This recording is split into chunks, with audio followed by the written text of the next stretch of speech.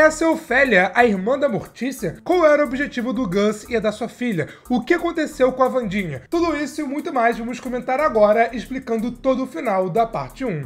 Então, vamos nessa! Mas em meus momentos finais eu só escuto as palavras da minha mãe ecoando no ouvido. Talvez eu tenha deixado tudo pior. Fala pessoal, eu sou o Pedro e sim, eu estou de volta aqui no cenário clássico do canal, pelo menos nesse mês de agosto. Quem me segue lá no Instagram tá por dentro sobre o que tá acontecendo. Mas o negócio é o seguinte, cara, essa temporada de Wandinha tá muito boa, né?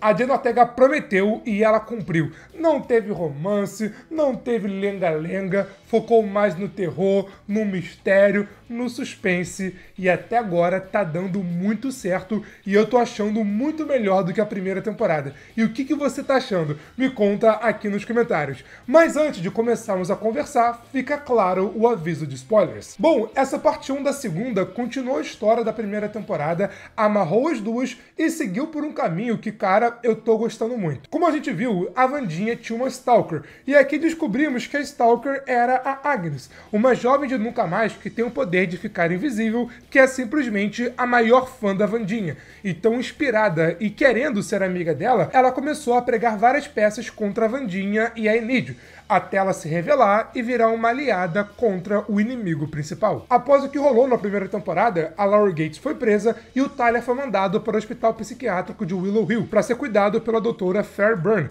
que até escreveu um livro sobre como lidar com os excluídos, mesmo ela sendo uma pessoa normal. Willow Hill era um lugar aparentemente honesto, de boa, um hospital, mas na verdade tinham boatos de que eles faziam experimentos ultra secretos com excluídos. Então Galpin começou a investigar mais a fundo o hospital, encontrar evidências, provas de tudo que eles faziam lá, encontrar pessoas que desapareceram misteriosamente, de excluídos que desapareceram misteriosamente. Ele foi atrás temendo que o Tyler passasse por tudo isso e também fosse de Vasco. Porém, quando ele e seu amigo estavam quase chegando na resposta, os dois foram mortos por corvos assassinos. A trama até então foi descobrir quem tá por trás disso tudo e o porquê. Tudo começou com um cara chamado Gus Stoneworth, que era um padrão, ou seja, uma pessoa sem poderes, que chegou a dar aula de ciência e Nunca Mais por 10 anos, até que virou o chefe de Willow Hill. Mas lá ele acabou enlouquecendo e foi de chefe para paciente. Enquanto ele era professor e Nunca Mais, ele ficou tão fascinado com os excluídos, com as habilidades dos excluídos, que resolveu começar um teste para roubar a habilidade dos excluídos e dar para pessoas que não nasceram com poderes. Assim, mais pessoas teriam poderes, enquanto os excluídos por natureza seriam ali torturados e explorados. Ele foi atrás, forjou a morte de vários excluídos e os manteve presos ali no porão de Willow Hill. E lá ele realizava seus experimentos ultra secretos e ficava ali explorando os excluídos. A Wandinha até compara ele com o Dr. Monroe, que, pra quem não conhece, é um personagem de H.G. Wells que realizava testes em animais. Ele explorava os animais, querendo criar híbridos de animais com humanos. O que o Gus fazia era realizar vários experimentos ali no porão de Willow Hill para roubar a habilidade dos excluídos e dar para pessoas que são padrões. Mas ao invés de ele procurar excluídos que topariam fazer isso por conta própria, até para quem sabe ter uma aventurazinha ou quer ajudar de alguma forma, não. Ele sequestrou, torturou e explorou pessoas, ou seja, ele é um canalha. A primeira cobaia para os seus experimentos foi a sua própria filha Judy, que nasceu padrão, nasceu sem poderes, mas agora virou uma aviária e controla os pássaros, como os corvos. Pela explicação da Judy, o Gus tentou fazer teste em si mesmo depois que viu que deu certo com a sua filha, mas o corpo dele não aguentou e, deu no que deu. Ele enlouqueceu e ficou no estado que vimos. Então a Judy assumiu o lugar dele, virou chefona de Willow Hill e continuou os experimentos. Só que, quando ela percebeu que o Galpin estava investigando sobre tudo isso que estava rolando e estava conseguindo muitas provas e estava chegando perto, aí ela entrou em ação. Ela matou o amigo do Galpin e depois matou o próprio Galpin. E quando ela viu que a Wandinha estava investigando e também estava chegando, aí ela se envolveu e começou toda a caça que vimos até então. Para fechar esse bloco sobre o Gus, tem uma coisa que me chamou muita atenção nesse quarto episódio. Repara, quando começa todo o caos e o zumbi mata a Fairburn, antes dele matar o Gus, ele fala: "Velho amigo." Olá, velho amigo, e isso me deixou com uma pulga atrás da orelha, porque se eu não me engano, foi a primeira vez que o zumbi realmente falou e deu pra entender o que ele tava falando. E por que ele falou olá, velho amigo? Será que o Gus também não fez experimentos nesse cara antes dele virar o zumbi? E por isso que o zumbi reconheceu ele antes de matá-lo? Vem comigo, no primeiro episódio a gente conheceu o passado desse zumbi, que ele era um garoto brilhante, né, inteligente pra caramba, mas que estava morrendo porque precisava de um coração. Então ele projetou um coração de ferro, conseguiu continuar a vida e voltou mais inspirado. Ele foi ali fazendo vários experimentos, chegou a fazer vários experimentos de ciência em Nunca Mais, chamou muita atenção, fazia muito sucesso. E quando ele foi ali fazer teste num rato, o experimento deu errado, ele morreu e foi arremessado para uma árvore. Aí o feioso posteriormente acordou ele, e ele voltou à vida e tá matando todo mundo, como a gente viu. Essa é a lenda que contam no Caliban. Mas e se essa não for a verdadeira história? Repara só, o zumbi fazia testes em animais, assim como o Dr. Monroe. E se a Wandinha comparou o Dr. Monroe com o Gus, e se essa história que vimos não é a história do zumbi, e sim o passado do Gus? Continua acompanhando. O Gus era um professor de ciências e Nunca Mais, que claro fazia vários experimentos. E se a história que vimos do primeiro episódio não for a história do próprio Gus, mas ao invés de ele fazer experimentos em animais, como a gente viu aí, ele fazendo num rato, ele não fazia experimentos em humanos, em excluídos. E justamente em um dos experimentos deu errado e ele acabou ficando louco. A Judy fala, ele tentou fazer o experimento em si mesmo, mas deu errado. Então, tipo, ele pode nesse momento aí tá fazendo experimento para roubar a habilidade de um excluído, mas acabou dando errado. O excluído acabou morrendo e ele acabou, né, ficando louco. Aí o excluído, que ele tava ali fazendo experimento e acabou matando, não foi esse zumbi. E como a sua filha viu que deu errado, ela enterrou o corpo do zumbi ali na árvore, até deixou um coração falso para criar toda a lenda e assim limpar a barra do seu pai e ninguém suspeitar de nada. E é por isso que o zumbi, ele conhecia o Gus, porque o Gus fez experimentos nele, acabou o matando e por isso agora, quando o zumbi voltou, ele foi cheio de ódio pra matar o Gus, pra matá-lo como forma de vingança. Cara, ou eu acertei em cheio um plot que só saberemos na parte 2, ou eu acabei de passar vergonha. Eu quero saber o que você acha. Tudo que eu falei faz sentido, ou eu acabei de viajar na maionese? Voltando ao final explicado em si, depois que temos a revelação da motivação do Gus e da Judy, o tio Chico manda eletricidade, acaba com a luz do hospital e assim todo mundo é solto. A maioria das cobaias vai atrás da Judy até para se vingar de tudo que ela fez. Mas no final das contas a Judy consegue fugir. Então, de novo, a Judy fugiu e ela vai voltar, né, na parte 2. Só que a Wandinha, ela não foi atrás. Ela ficou ali cuidando de uma cobaia que tava com muito medo, que não queria sair da cela. Aí eu fiquei pensando, será que essa aí não pode ser a Ofélia, a irmã da Mortícia? Vamos lá, a Mortícia explica que assim como a Wandinha, a Ofélia teve um surto psíquico e a vovó Addams mandou ela direto pra Willow Hill. Só que o tio Chico conta no começo do episódio que a Mortícia pediu pra ele ir lá e ver como tá a Ofélia.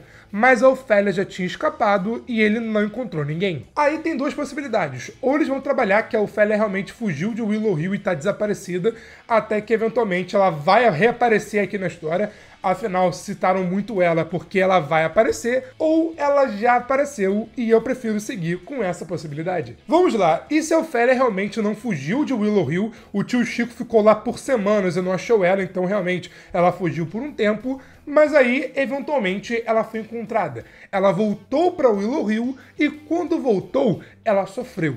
Ela foi torturada, maltratada, explorada. A Judy, ou o Gus, né? Depende de quem estava comandando ali o Willow Hill. Já sabendo de quem é a Ofélia, trouxe ela pro Projeto Lois, ficou ali explorando cada vez mais a Ofélia e por isso ela ficou com medo. Tipo, todas as cobaias foram pra cima da Judy querendo vingança, mas a Ofélia ficou ali, ó, com medinho, não querendo sair. Porque justamente ela tentou e fugiu no passado e isso, na verdade, só piorou a sua vida. Então, por isso que ela estava com tanto medo de sair. Porque ela tem medo de sair de novo e sofrer algo muito pior. Ah, Pedro, mas se fosse a Ofélia, o tio Chico não iria reconhecê-la naquela cena? Talvez sim, talvez não. Ele poderia ter reconhecido, mas talvez não. Porque, cara, se passaram 20 anos desde a última vez que ele viu a Ofélia, sabe? A Ofélia ficou ali, foi torturada, maltratada, tá no hospício por 20 anos. É claro, a pessoa vai mudar. todo mundo que tá ali nas outras celas também mudou com o passar dos anos, sabe? Então, por isso, o tio Chico não reconheceu a Ofélia, porque ela mudou com o tempo e talvez está com uma aparência diferente do que ele lembra.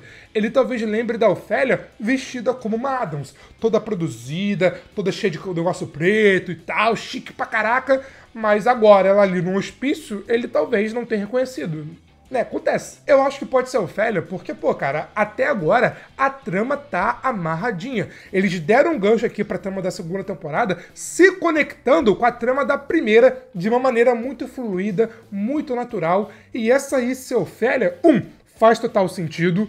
2, faz total sentido, porque a Ofélia e a Wandinha são bem parecidas e passaram por experiências parecidas. E 3, amarraria toda a trama de uma maneira muito simples, sabe? E, pô, agora o Tyler tá foragido, a Judy tá foragida, ter também a Ofélia foragida é o quê? Pedir música no Fantástico? Então eu realmente acho que essa aí é a Ofélia. Você tá comigo? Tudo que eu falei agora faz sentido?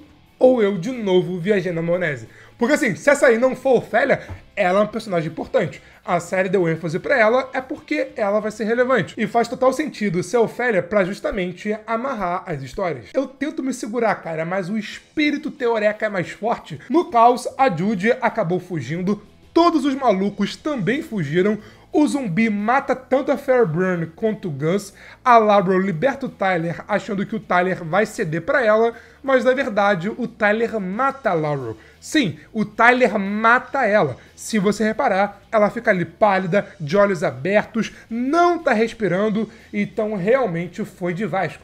Aliás, cara, vocês repararam que o Hyde tá diferente? Ele parece maior, mais robusto, ali a coluna dele me lembrou muito o Abominável de Incrível Hulk, inclusive no temperamento e nas cenas ali dele pisando nos carros de polícia e fugindo. Cara, achei muito maneiro. Quando ou todo mundo morreu ou fugiu e fica a Wandinha, aparentemente a Ofélia e o Tyler, a Ofélia foge, então ela fugiu e vai voltar, né, na parte 2, mas o Tyler dá umas porradas na Wandinha, ignora a Lei Maria da Penha e deixa a Wandinha toda ferrada, com o próprio Tyler escapando e fugindo logo depois. É claro, a Wandinha não morreu. O Tyler como Hyde, cara, eu acho muito engraçado. É muito 880. Quando ele quer, ele mata. Mas quando ele não quer, ele deixa a pessoa toda ferrada, em coma, mas viva. Então, tipo assim, a Laurel, eu acho que ela realmente morreu. A Christina Ricci voltou aqui, teve ali uma referenciazinha e tal, amarrou os pontos com a primeira temporada, mas agora foi de Vasco, morreu. Mas a Wandinha não. O teaser da parte 2 revela que a Wandinha tá em coma.